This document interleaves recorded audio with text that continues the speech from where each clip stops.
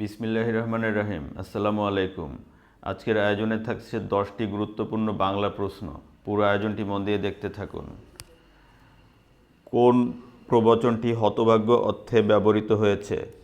হতভাগ্য অর্থে ব্যবহৃত হয়েছে এখানে আটকপালে। আটকপালের অর্থ হচ্ছে হতভাগ্য। পদাশুদ্ধি নির্দেশ করুন। এখানে পদাশুদ্ধি হচ্ছে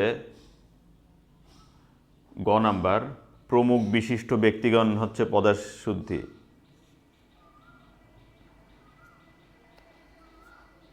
অভিধানে কোন শব্দটি আগে বসবে?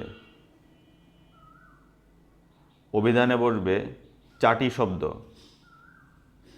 এই প্রশ্নগুলো কিন্তু দুর্নীতি দমন কমিশনের নিয়োগ পরীক্ষায় এসেছিল এবং দেখুন বাংলা অংশের প্রশ্নটি কিন্তু বেশ কঠিনই। কোনটি তদ্ভব শব্দ? অলাবু, লাবু, লাউ, অলাবু। অলাবু হচ্ছে তদ্ভব শব্দ। খাঁটি বাংলা উপসর্গ যুগে সৃষ্ট পদ কোনটি? খাঁটি বাংলা উপসর্গ যুগে সৃষ্ট পদ হল অবেলা।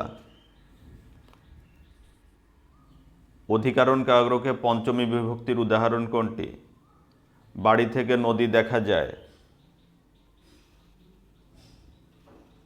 বাড়ি থেকে নদী দেখা যায়, এটি অধিকরণ কারকে পঞ্চমী বিভক্তির উদাহরণ।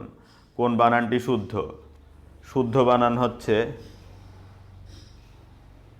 নিরীহ। নিরীহ বানানটি হচ্ছে শুদ্ধ। মনাসা মঙ্গলের লেখক কে? মনসা মঙ্গলের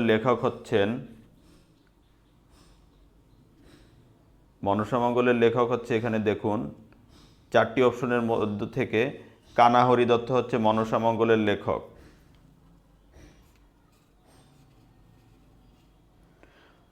ডক্টর মোহাম্মদ শহীদুল্লাহর মৃত্যু তারিখ কোনটি?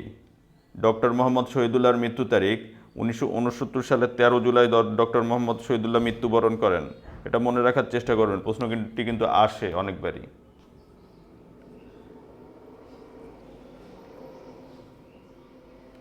কোনো কালে একা হয়নি জয়ী পুরুষের তরবারি প্রেরণা,